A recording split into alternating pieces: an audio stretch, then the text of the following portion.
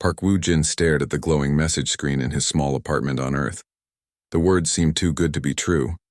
The Emperor of the Draconic Imperium wanted to meet with him, not just any meeting, but a business deal that could change everything for humanity.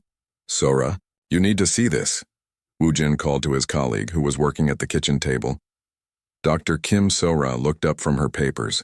She had been helping Woo-jin with his hyperspace drive research for 3 years. They had made some progress, but nothing compared to what the aliens could do. "What is it now, Woo-jin? Another one of your crazy ideas?" Woo-jin turned the screen toward her. Sora's eyes grew wide as she read the message.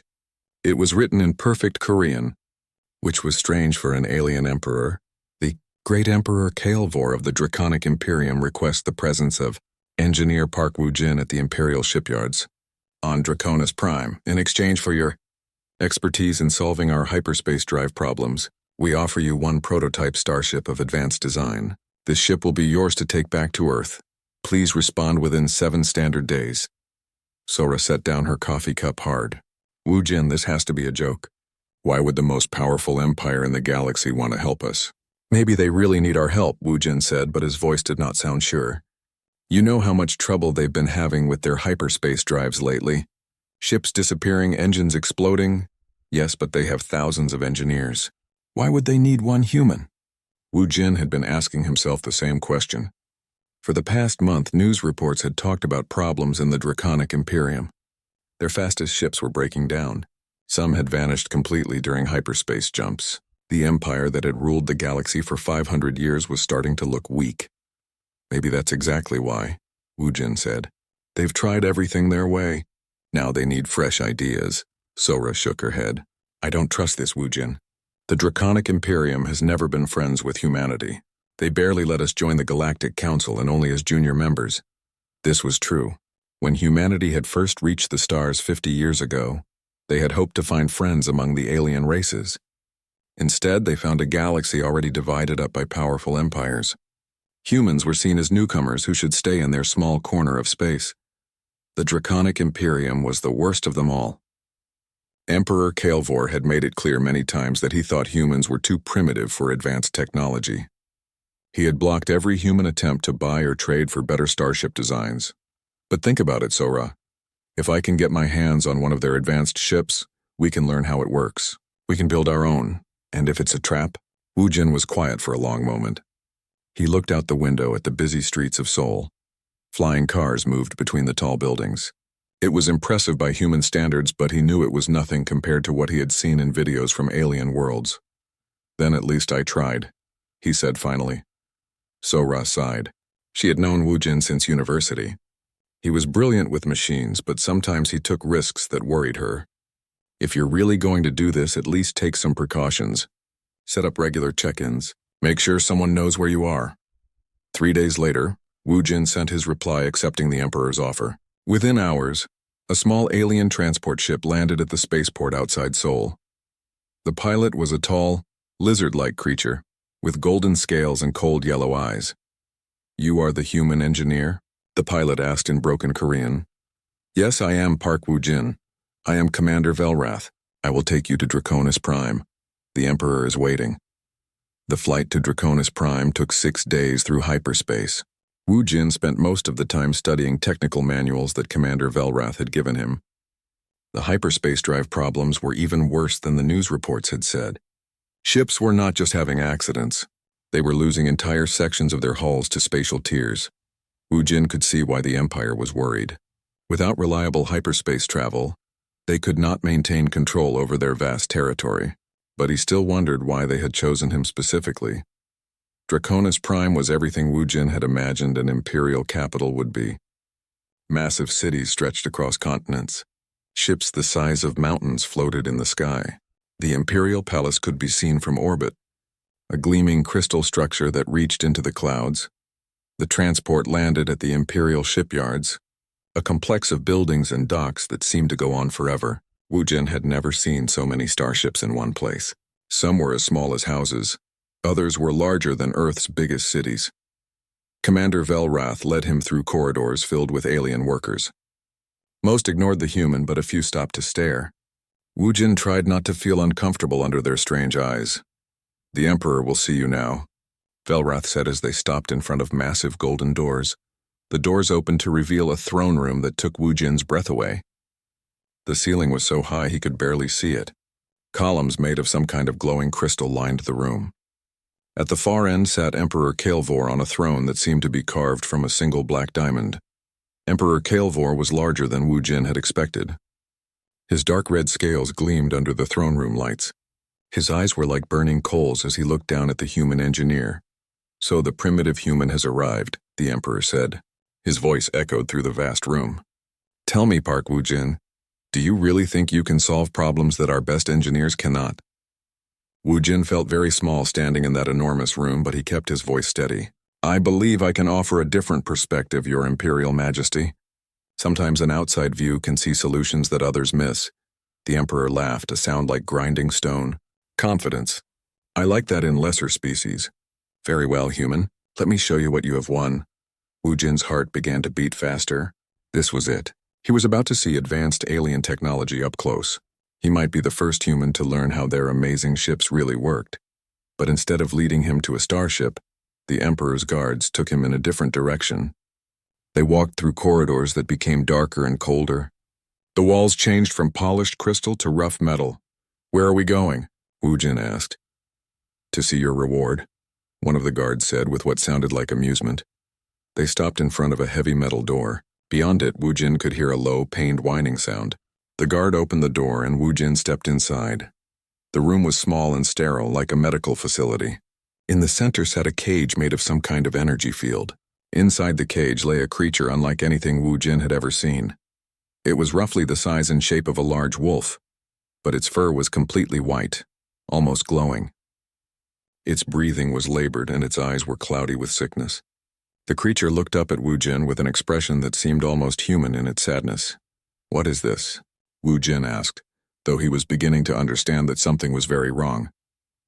Emperor Kael'vor appeared behind him, his laughter filling the small room. "This human is your starship. Meet your new pet, a diseased Veltar that we have no use for." Wu Jin turned to face the Emperor, anger rising in his chest. "This is not what you promised. Did I promise you a starship?" The Emperor's eyes gleamed with cruel amusement. "I believe I said I would give you one prototype starship of advanced design. This creature is certainly a prototype. It is one of a kind, and its design is far more advanced than anything your primitive species could understand."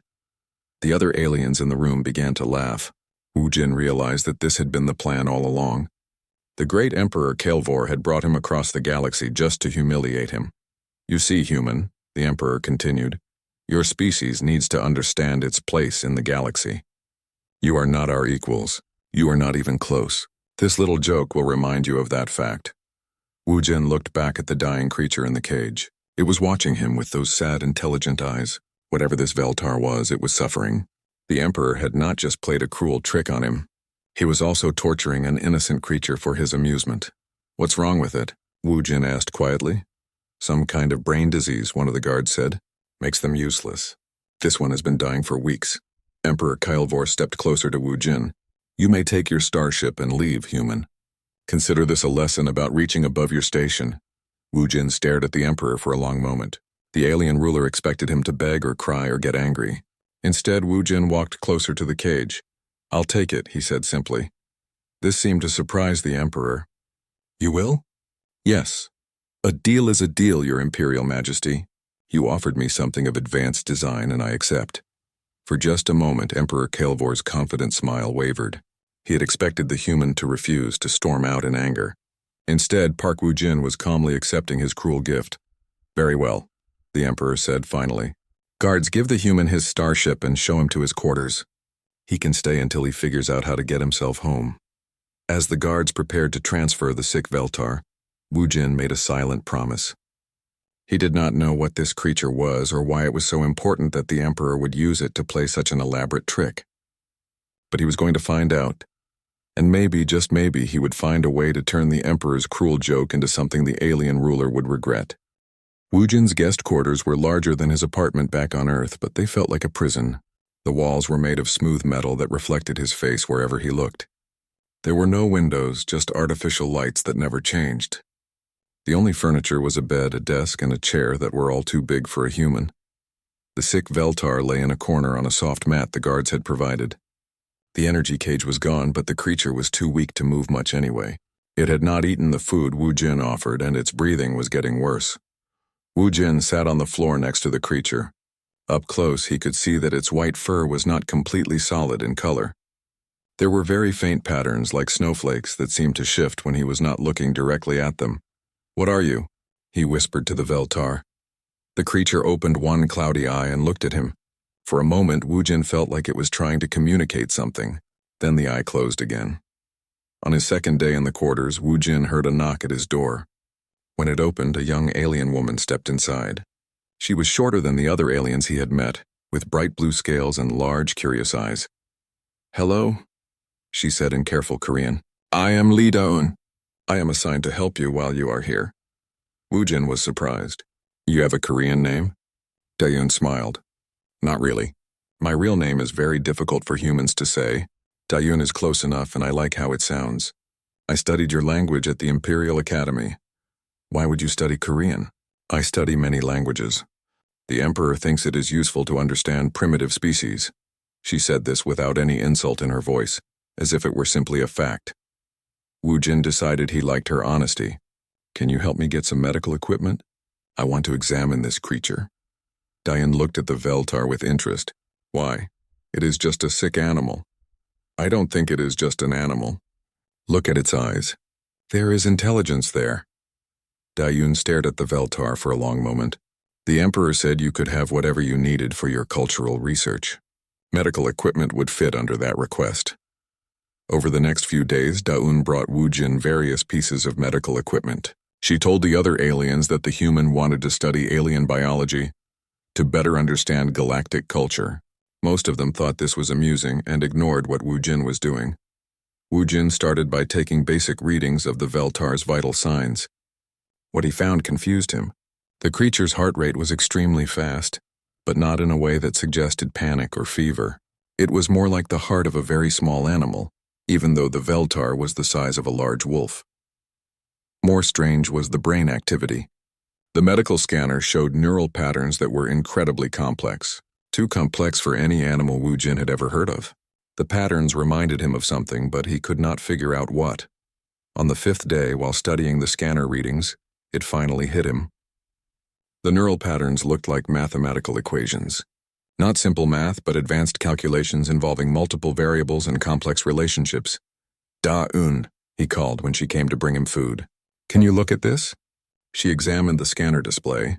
"What am I looking for?" "Do these patterns look familiar to you?" Da-eun studied the screen for several minutes. Her large eyes grew even wider. "These look like hyperspace navigation calculations." "That is what I thought too. But why would an animal's brain be doing hyperspace math?"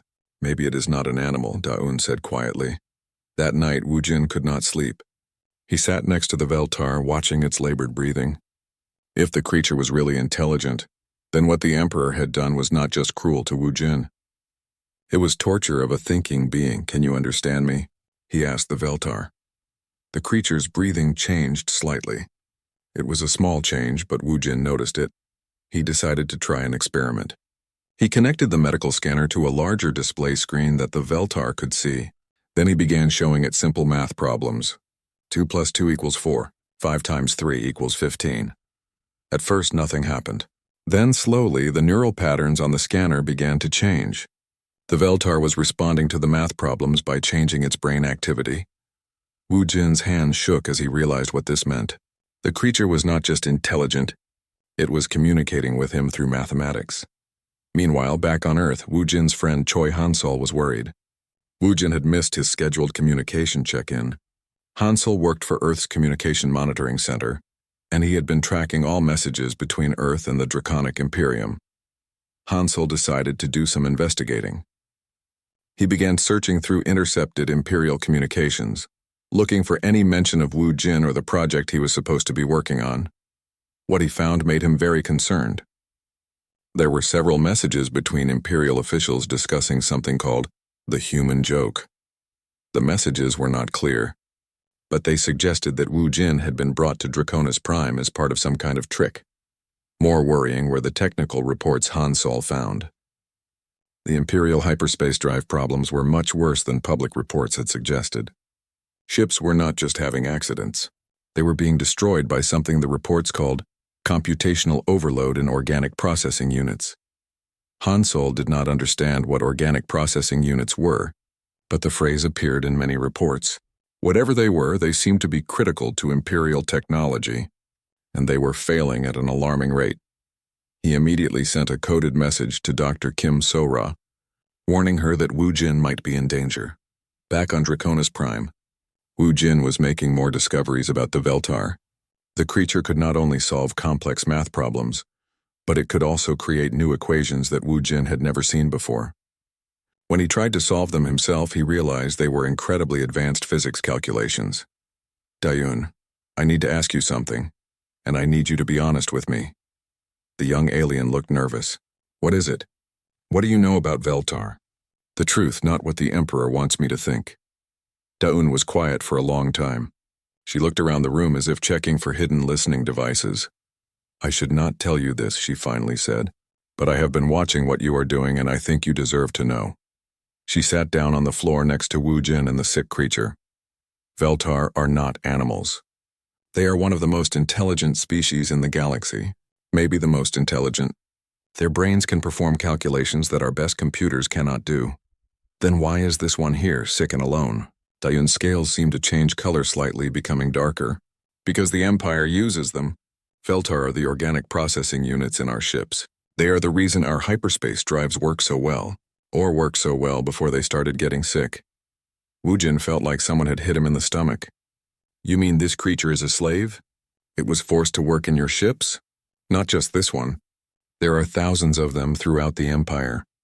They are connected to ship computers and forced to perform calculations for hyperspace navigation. It is the only way our technology works, but that's horrible. They are intelligent beings. Yes, Dayun said sadly. But the Empire has been doing this for hundreds of years. Most people do not think about where the technology comes from. They just know that it works. What happened to this one? Why is it sick? I think it refused to work. Some of them do that. They overload their own brains rather than continue serving the Empire. Most of them die from it. Wu Jin looked at the Veltar with new understanding. The creature had not just been given to him as a joke. It was a refugee, an escaped slave that had tried to kill itself rather than continue being used as a living computer. The Emperor knew I would figure this out, Wu Jin said. That is why he gave it to me. He wants to see what I will do when I learn the truth about Imperial technology. Maybe, Dayun said. Or maybe he just thought it would be funny to give a primitive human a dying alien. Either way, I'm not going to let this creature die. Da-Un looked worried. Wu Jin, if you try to help it, you might make the Emperor angry. He does not like it when people interfere with Imperial property. This is not property. This is a person. Over the next several days, Wu Jin worked to understand more about Veltar biology. Using the medical equipment Da-Un had provided, he discovered that the creature's brain was not actually diseased. It was overloaded, like a computer that had been forced to run too many programs at once. The patterns he had seen were not random neural activity. They were the Veltar's mind working so hard and so fast that its body could not keep up. The creature was literally thinking itself to death. But if Wu Jin was right, it might be possible to help. If he could find a way to reduce the mental load, to give the creature's brain a chance to rest, it might recover. He began working on a device that could interface with the Veltar's neural patterns. It was delicate work and he had to be very careful. One mistake could kill the creature instantly. As he worked, Wu Jin began to understand something else. If the Empire's technology really depended on enslaved Veltar, and if those Veltar were starting to resist or die, then the Empire had a much bigger problem than they wanted to admit. Maybe, just maybe, that problem could become humanity's opportunity. On the 10th day since his arrival on Draconis Prime, Wu Jin finished his neural interface device. It was crude compared to Imperial technology, but it was designed specifically to work with Veltar brain patterns. He carefully attached the device to the sick creature.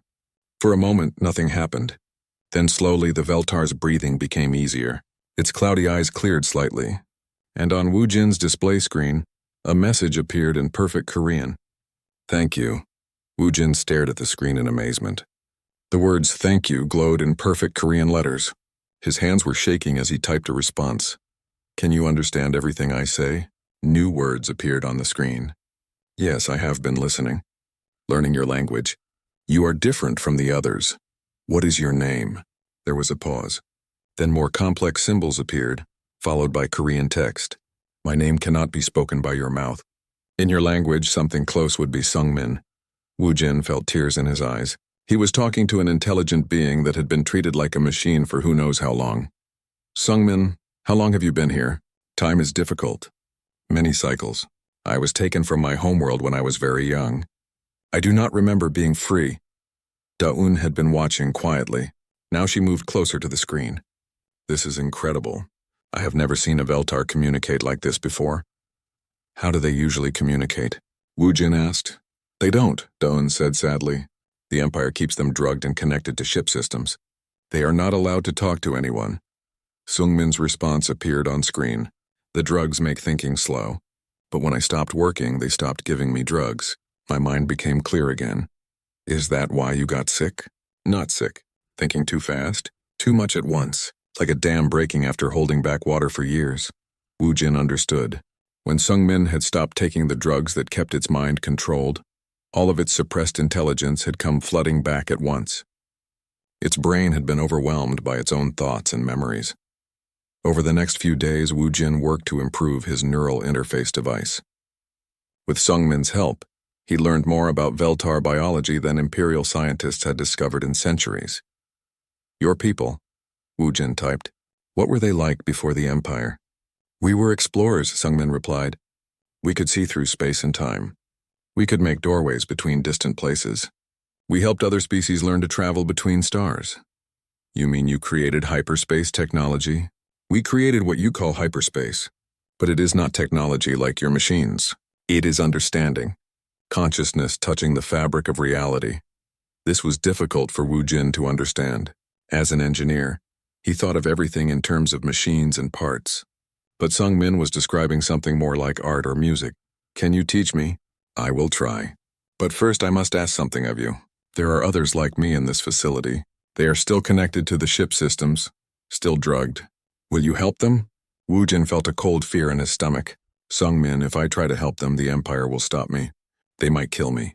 I understand. I would not ask if there was another way. But my people are dying.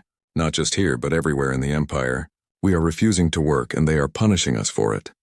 How many of you are there? Once there were millions. Now maybe thousands, and fewer every day." Da-eun had been reading the conversation. "Woo Jin, what Sungmin says is true. There have been reports of Veltar dying all across the Empire. The officials say it is some kind of plague, but now I think it is something else. They are choosing death over slavery," Woo Jin said quietly. "Yes. But if someone could free them, if they had hope of escape, maybe they would choose to live instead." That night, Woo Jin could not sleep. He kept thinking about thousands of intelligent beings dying, rather than continue as slaves. Back on Earth, Dr. Kim Sora was probably worried about him. She had no idea that he was facing a choice that could affect an entire species. The next morning, Da-eun brought disturbing news. "I heard the guards talking. Emperor Kaelvor is planning something. He wants to see how your research is progressing." "What kind of something?" "I don't know. But he has been asking about you every day. I think he expected you to give up by now." Woo Jin realized that the Emperor's plan was more complex than he had thought. Kaelvor had not just wanted to humiliate him. He had wanted to see what humans would do when faced with Imperial technology and moral choices. "Sungmin, can you show me how your people's technology works?" "I can try. But it will be dangerous for both of us. If the Imperial sensors detect what I am teaching you, they will know we are communicating. We have to risk it. If I am going to help your people, I need to understand your abilities." What happened next changed everything Woo Jin thought he knew about technology and space travel. Sungmin began to demonstrate abilities that seemed impossible. First, the Veltar somehow made small objects in the room float in the air. Not with machines or wires, but just by thinking about it.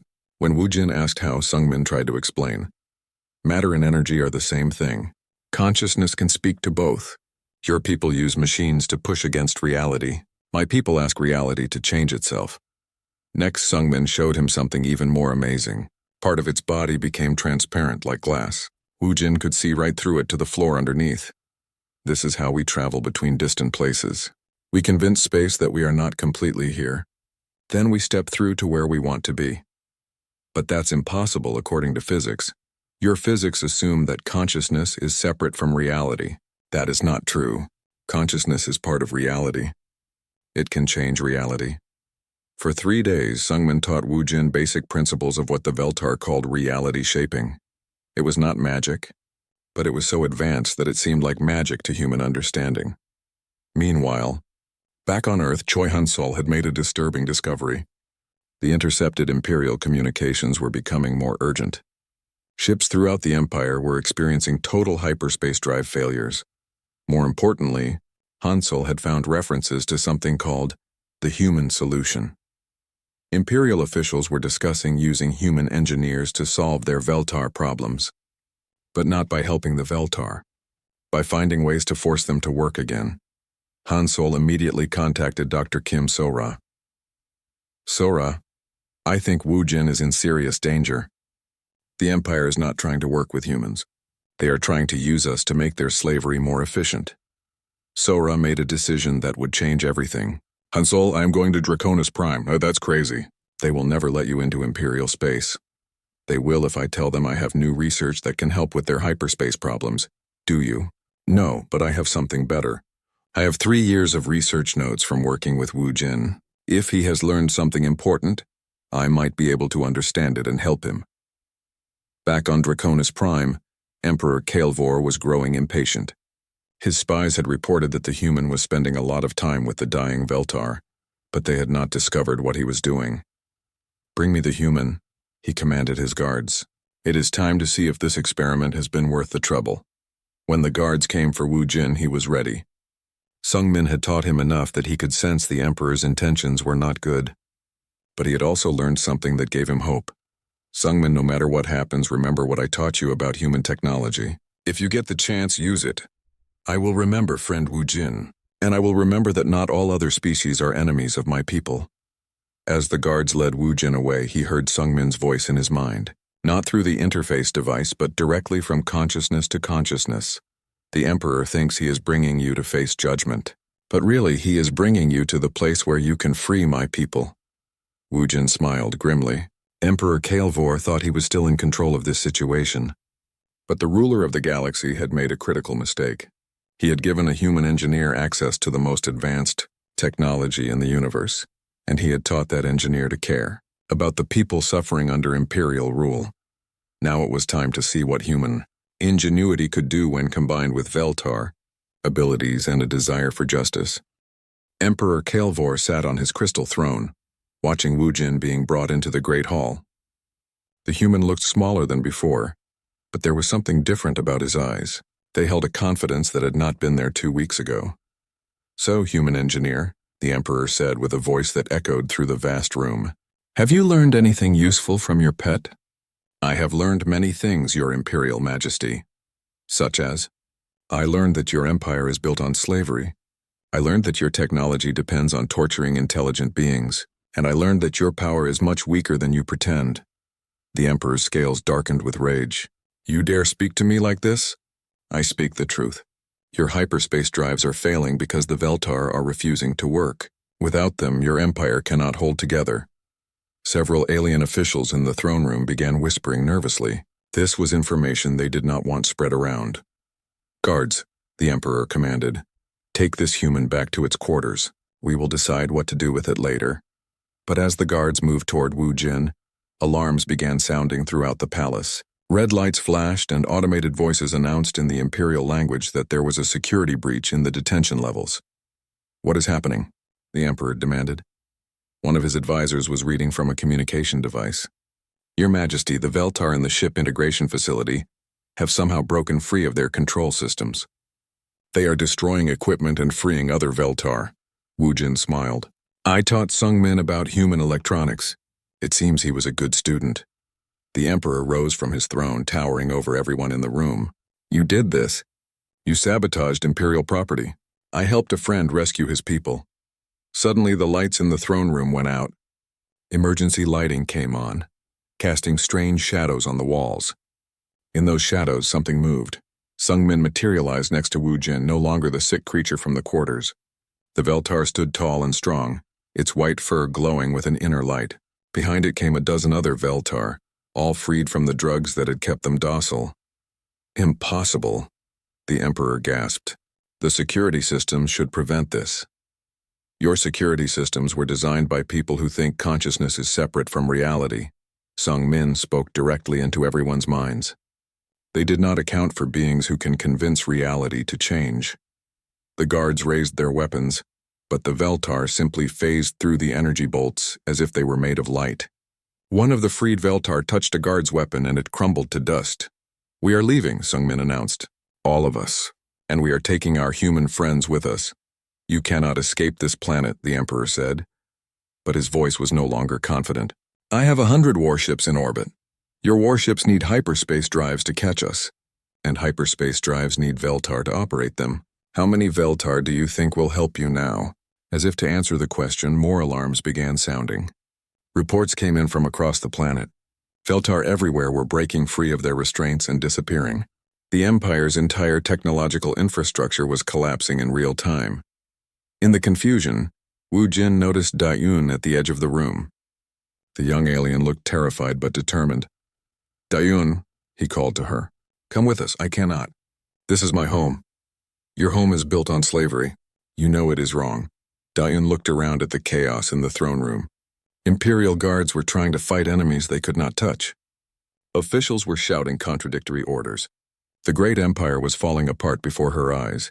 She made her decision and ran to Wu Jin's side. "Hold tight to each other," Sungmin instructed. "Space travel without ships requires trust." Wu Jin grabbed Dayun's hand just as the world around them began to blur. Reality seemed to bend and twist. For a moment that felt like forever. They were nowhere and everywhere at once. Then they were standing on the deck of a small Imperial transport ship, in orbit above Draconis Prime. But this ship had been changed. Where there had been metal walls, now there were surfaces that looked like living crystal. The harsh artificial lights had been replaced by a warm, gentle glow. "How did we get here?" Dayun asked, looking around in amazement. "We convinced space that we were already here," one of the other Veltar explained. "It is easier than building machines to carry you." "This ship," Wu Jin said, examining the transformed interior. "What did you do to it?" "We healed it," Sungmin replied. "All technology wants to be alive. We simply reminded it of that desire." Through the ship's viewing ports, they could see the chaos unfolding around Draconis Prime. Imperial warships were trying to pursue them, but their hyperspace drives were failing. Some ships were completely dead in space. Others were moving in confused circles as their Veltar navigators abandoned them. "Where are we going?" Wu Jin asked. "First to gather more of our people from other worlds. Then to your home, Earth." "Why Earth?" "Because your people showed us kindness when no one else would. And because we have much to teach each other." The journey that followed was unlike anything Wu Jin had imagined possible. The transformed ship moved through space in ways that defied everything he knew about physics. They traveled between star systems in minutes rather than days. They passed through solid matter as if it were not there.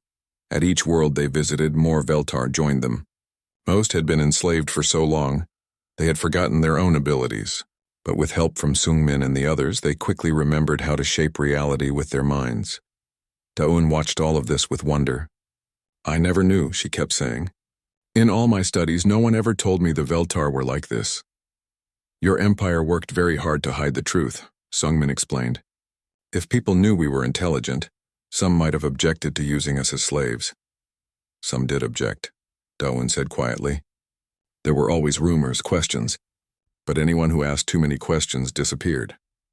Meanwhile, back on Draconis Prime, Emperor Kael'vor was facing the collapse of everything he had built. Without the Veltar to operate his hyperspace technology, his empire could not function. Worlds that had been controlled for centuries were declaring independence. His mighty fleet was stranded in their home system. "Find me that human," he raged at his remaining advisors. "This is all his fault."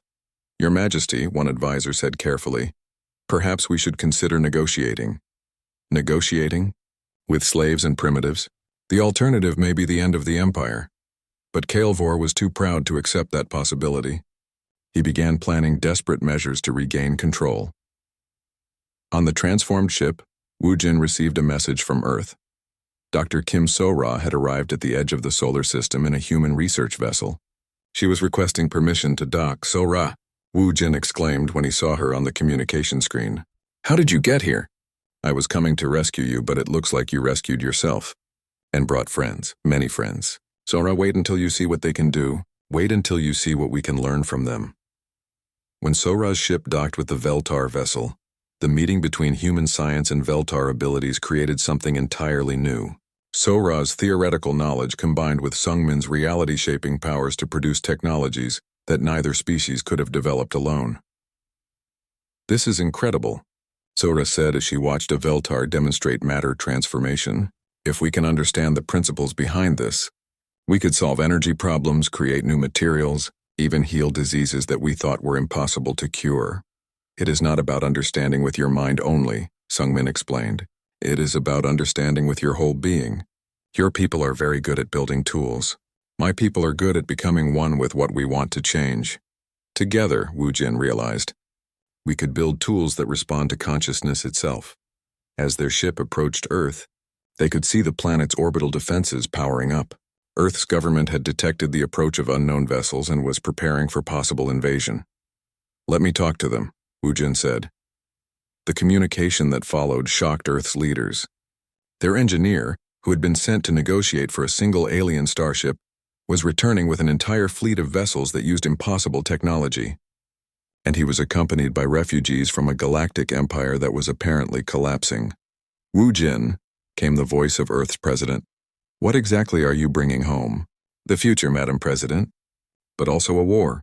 The Empire will not let the Veltar go without a fight, and they will blame humanity for helping them escape. Are you saying Earth is now at war with the Draconic Imperium?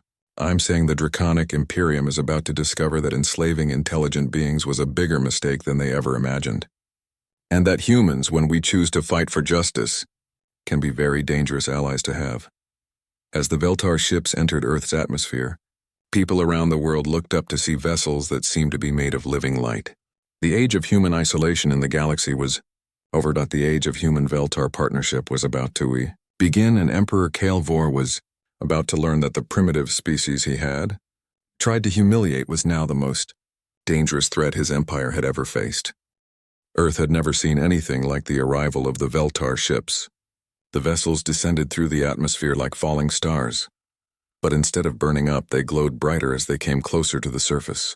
When they landed in the field outside Seoul that had been designated as the meeting point, the grass beneath them began to grow greener and healthier. President Park Min-ae stood with a delegation of Earth's best scientists and military leaders, watching as Wu Jin emerged from the lead ship. He looked different, more confident, more aware of something larger than himself. Behind him came the Veltar. The Earth delegation had seen pictures of aliens before, but seeing them in person was overwhelming. The white-furred beings seemed to glow with an inner light, and their presence made the air itself feel more alive. Madam President, Wu Jin said with a formal bow, I present Sungmin of the Veltar people and his companions. They are seeking sanctuary on Earth, and in return they offer to share knowledge that could change our civilization. President Park looked into Sungmin's large, intelligent eyes. You are welcome on Earth, she said carefully. But we need to understand what this means for our planet's safety. Your world is already in danger, Sungmin replied, speaking directly into everyone's minds. Emperor Kael'vor has convinced other galactic powers that humanity represents a threat that must be destroyed before you become too powerful. How much time do we have? Asked General Nam Tae-hyun, Earth's military commander. Perhaps weeks. The Emperor's remaining loyal forces are gathering. They plan to attack before you can learn too much from us. Dr. Kim So-ra stepped forward. Then we need to learn fast. Sungmin, can you teach us to build the kind of technology you demonstrated on the ship? We can try. But understand, our technology is not built the way yours is. We do not make machines that are separate from ourselves. We create tools that become part of us, and we become part of them. Over the following days, something remarkable happened on Earth. In laboratories and workshops around the world, human engineers and scientists began working alongside Veltar teachers. The combination of human mechanical knowledge and Veltar consciousness-based abilities created innovations that neither species could have achieved alone. Dr. Bei Su-jin, Earth's leading materials scientist, was the first to successfully create what they began calling living metal. By combining human manufacturing techniques with Veltar reality shaping, she produced a material that could change its properties based on the user's thoughts. "It's incredible," she explained to the research team. "The metal responds to neural patterns. If you need it to be stronger, you think about strength and it becomes stronger. If you need it to be flexible, you focus on flexibility." Engineer Yoon Ji-ho took this concept further. "If we can make materials that respond to consciousness, we can build ships that think with their pilots." "Exactly," Sungmin agreed. "Your people are excellent at building complex systems. Our people understand how to make consciousness and matter work together. Combined, we can create vessels that are truly alive." The first human Veltar hybrid ship was completed in just 2 weeks. It looked nothing like any spacecraft Earth had ever built. The hull was smooth and curved like a living creature. There were no visible engines or weapons, but the ship could move through space faster than anything in the galactic fleet. Test pilot Lee Da-eun volunteered for the first flight. She had adapted quickly to life on Earth, and her knowledge of Imperial technology made her invaluable to the project. "It's like wearing the ship instead of riding in it," she reported during the test flight. "I can feel every part of it. I know exactly where I am in space without looking at instruments." "And the speed? We just traveled from Earth to Mars in 3 minutes." But even as humanity celebrated these advances, disturbing news came from across the galaxy. Choi Han-sol, monitoring communications from his post at Earth's listening station, intercepted messages that made everyone's blood run cold. "The Emperor has formed a coalition," Han-sol reported to an emergency meeting of Earth's leaders. "The Serpentine Federation, the Crystal Hegemony, and at least 6 other major powers have agreed to help him destroy Earth before our alliance with the Veltar can spread to other worlds." "How big a fleet are we talking about?" General Nam asked. "At least 2,000 warships, maybe more." The room fell silent. Earth's entire space navy consisted of fewer than 50 ships, and those were built with old technology. "We need more time," President Park said. "Can we negotiate?" "I do not think so," Sungmin replied sadly. "The Emperor has convinced them that freed Veltar represent a threat to all established power in the galaxy. They fear that if we succeed here, oppressed peoples on their own worlds will demand freedom." "Then we fight," Wu Jin said simply. "With what?" General Nam demanded. "We have 1 new ship and a handful of Veltar refugees." "We have more than that," Sungmin said. "Word of what happened on Draconis Prime has spread. Veltar on worlds throughout the galaxy are beginning to remember who they were before the empires enslaved them. Many are finding ways to escape and come to Earth." This was true. Every day brought more Veltar refugees to Earth. They arrived in stolen ships or sometimes just appeared in flashes of displaced space-time. Each new arrival brought knowledge of Imperial technology and tactical information about enemy forces. But they also brought disturbing stories. On some worlds, Imperial forces were killing Veltar rather than risking their escape. Entire populations of the intelligent beings were being murdered to prevent them from joining the rebellion. "We cannot just defend Earth," Wu Jin realized during one strategy meeting. "We have to strike back. We have to show the galaxy that the age of empires built on slavery is ending." "How?" Sora asked. "Even with our new technology, we are vastly outnumbered." "By changing the rules of the conflict," Sungmin suggested. "The empires expect a traditional war with fleets fighting fleets. But what if we fight a different kind of war?" What Sungmin proposed was revolutionary. Instead of building a large fleet to match the enemy, they would create small teams of human Veltar partnerships. These teams would use their combined abilities to strike at the foundations of Imperial power. "The empires depend on enslaved Veltar for their technology," Sungmin explained. "If we can free enough of our people, their fleets will become helpless. Ships without hyperspace navigation, weapons without targeting computers, shields without power regulators. A liberation war instead of a conquest war," Wu Jin said, understanding the concept. "Exactly. We do not need to destroy their ships. We need to free their slaves." The plan they developed was dangerous but brilliant. Human Veltar teams would infiltrate Imperial worlds and facilities, not to cause destruction, but to awaken enslaved Veltar and help them remember their true nature. The first team consisted of Wu Jin, Da Yun, and 3 Veltar who had escaped from different parts of the galaxy. Their target was a major Imperial shipyard where hundreds of Veltar were forced to work as living components in warship construction. Remember, Sung Min instructed before they left, violence should be the last option. Our goal is to free minds, not destroy bodies. Show the enslaved ones that freedom is possible and many will choose it. The mission launched in one of the new hybrid ships. As they traveled through hyperspace toward their target, Wu Jin reflected on how much had changed since he first received the Emperor's deceptive message. He had gone to Draconis Prime expecting to gain technology for humanity. Instead, he had found something much more valuable, the understanding that true strength came from partnership and justice, not from exploitation and cruelty. Are you ready for this? Taiyun asked as they approached the Imperial facility. I'm ready to finish what we started, Wu Jin replied. Behind them, more teams were preparing for similar missions across the galaxy.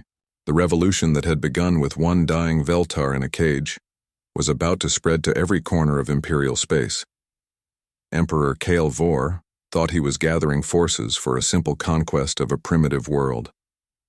What he was really doing was assembling targets for the greatest liberation movement the galaxy had ever seen. The war for galactic freedom was about to begin. And humanity, the species the Emperor had dismissed as too primitive to matter, was about to prove that moral courage combined with advanced technology could overcome any tyranny. The age of empires was ending. The age of free peoples was about to dawn. The enemy fleet arrived at Earth's solar system like a dark storm covering the stars. 2,000 warships from 7 different empires, all united in their determination to destroy what they saw as a dangerous infection of freedom spreading across the galaxy. Emperor Kale Vor stood on the bridge of his flagship, the Eternal Domination, watching Earth grow larger on the viewing screen. The small blue planet looked so peaceful, so helpless. Soon it would be nothing but burning debris. Begin the attack, he commanded. But as the Imperial fleet moved into attack formation, something unexpected happened. Ships throughout the enemy formation began experiencing system failures. Hyperspace drives shut down without explanation. Weapons systems went offline. Life support began fluctuating. What is happening? Kale Vor demanded. Your Majesty, his tactical officer reported. We are receiving reports from across the fleet. The Veltar integrated into our ship systems are not responding to control commands. Impossible. They are drugged and restrained. The drugs appear to have stopped working, sir, and the restraints are dissolving. Throughout the massive fleet, Veltar, who had been enslaved for decades, were suddenly remembering who they were. The awakening had been triggered by signals sent from Earth by Sung Min and the other freed Veltar. It was not magic, but a form of consciousness-based communication that the empires had never understood. As Veltar awakened on ship after ship, they began to refuse to operate the systems they had been forced to control. Without their enslaved minds handling navigation, weapons targeting, and power distribution, the mighty Imperial fleet became helpless. Sir, came panicked reports from across the enemy formation. The Crystal Hegemony ships are reporting total system failure. The Serpentine Federation fleet is dead in space. Half of our own vessels cannot maintain orbit. But Emperor Kale Vor was not ready to admit defeat. He had brought one weapon that did not depend on Veltar technology. A massive planet-killer device that used raw nuclear fusion to crack worlds apart. Activate the World Destroyer, he commanded. If we cannot conquer Earth, we will eliminate it completely. On Earth, monitoring stations detected the massive energy buildup from the enemy flagship. President Park received the warning with grim determination. All defensive systems online, she commanded. All civilian populations to emergency shelters. But Earth's defense would not come from traditional weapons or shelters. Wu Jin stood in the command center of the primary human Veltar facility, now wearing what looked like a suit made of living light. Around him, dozens of human pilots were connecting with their Veltar partners, preparing for a battle unlike anything the galaxy had ever seen. Teams. This is it, Wu Jin announced over the communication system. The Emperor is trying to destroy our world, but he has forgotten something important. He built his weapon using enslaved Veltar consciousness, and consciousness once awakened cannot be controlled. The human Veltar ships rose from Earth like angels ascending to heaven. They were beautiful, glowing with internal light, their hulls shifting and flowing as if they were alive. Because in many ways they were alive. As the ships approached the enemy fleet, they demonstrated abilities that made the Imperial forces panic. The human Veltar vessels could phase through solid matter, making enemy weapons useless. They could appear and disappear instantly, striking at multiple targets simultaneously. But most importantly, they could communicate directly with the awakening Veltar inside enemy ships. Wu Jin piloted his ship directly toward the eternal domination. His Veltar partner, Sung Min, was linked with his consciousness so completely that they moved as one being with two minds. Emperor Kael Vor, Wu Jin broadcast on all channels. Your slaves are free. Your empire is finished. Surrender now and we will show mercy. Never, the Emperor roared back. I will destroy this world and everything on it before I surrender to primitives. The planet killer weapon reached full charge and fired. A beam of pure destruction lanced toward Earth, powerful enough to crack the planet's crust and boil away its atmosphere. But the beam never reached Earth. Wu Jin and Sung Min, working together with perfect harmony, convinced space itself that the weapon's energy belonged somewhere else. Reality bent around their combined will, and the planet killer beam was redirected into an empty dimension where it could harm no one. The backlash from the redirected energy overloaded the Eternal Domination's power systems. Throughout the massive ship, lights went out and artificial gravity failed. Impossible, Emperor Kael Vor whispered as he found himself floating helplessly in his own command center. Not impossible, came Sung Min's voice directly into his mind. Just something you never understood. Power built on oppression will always collapse when confronted by justice. Wu Jin's ship phased through the flagship's hull and materialized on the bridge. The Emperor found himself facing the human engineer he had tried to humiliate. But Wu Jin was no longer the same person who had arrived on Draconis Prime weeks earlier. Your Imperial Majesty, Wu Jin said with calm dignity, you wanted to show me my place in the galaxy. Let me show you yours. Around them, the Emperor's bridge crew were laying down their weapons. The freed Veltar throughout the ship were broadcasting messages of liberation to every other vessel in the fleet.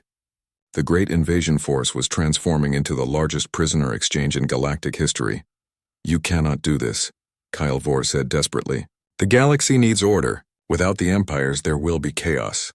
There will be freedom, Sung Min corrected. And peoples who are free can choose to cooperate without enslaving each other. Over the following hours, the transformation was remarkable to witness. Ship after ship in the enemy fleet surrendered as their Veltar crews awakened and chose freedom over forced service. The few vessels that tried to continue fighting found their weapon systems sabotaged by their own enslaved crews. Daun, now serving as Earth's liaison with surrendering Imperial forces, coordinated the peaceful capture of hundreds of warships. It's incredible, she reported to Earth Command. Most of the enemy crews are actually relieved. They never wanted to fight this war. They were just following orders from leaders who threatened to punish their families. By the end of the day, the largest military fleet in galactic history had become the largest group of war refugees ever seen. Thousands of beings from dozens of species found themselves on Earth, seeking asylum from the empires that had controlled their lives. But the real victory was not the defeat of the fleet. It was what happened next. News of the battle spread across the galaxy faster than any empire could control it. On world after world, oppressed peoples learned that the mighty galactic empires could be defeated. That freedom was possible. That enslaved beings could awaken and choose their own destiny. The revolution that had begun with one human engineer helping one dying Veltar spread to every corner of civilized space. Within months, the great empires were collapsing as their foundation of enslaved labor crumbled. Emperor Kael Vor, now imprisoned on Earth but treated with dignity, watched these developments with growing understanding. You have destroyed the order of millennia, he said to Wu Jin during one of their conversations. We have ended the disorder of millennia, Wu Jin corrected. True order comes from justice, not oppression. And what happens now? Who will govern the galaxy? The peoples of the galaxy will govern themselves. Humans and Veltar will help where we can, but we will not replace one empire with another. This was indeed what happened. The Human-Veltar Alliance became not a governing body, but a support network for newly free worlds. They shared technology, provided assistance during transitions to self-rule, and helped mediate disputes between former enemies.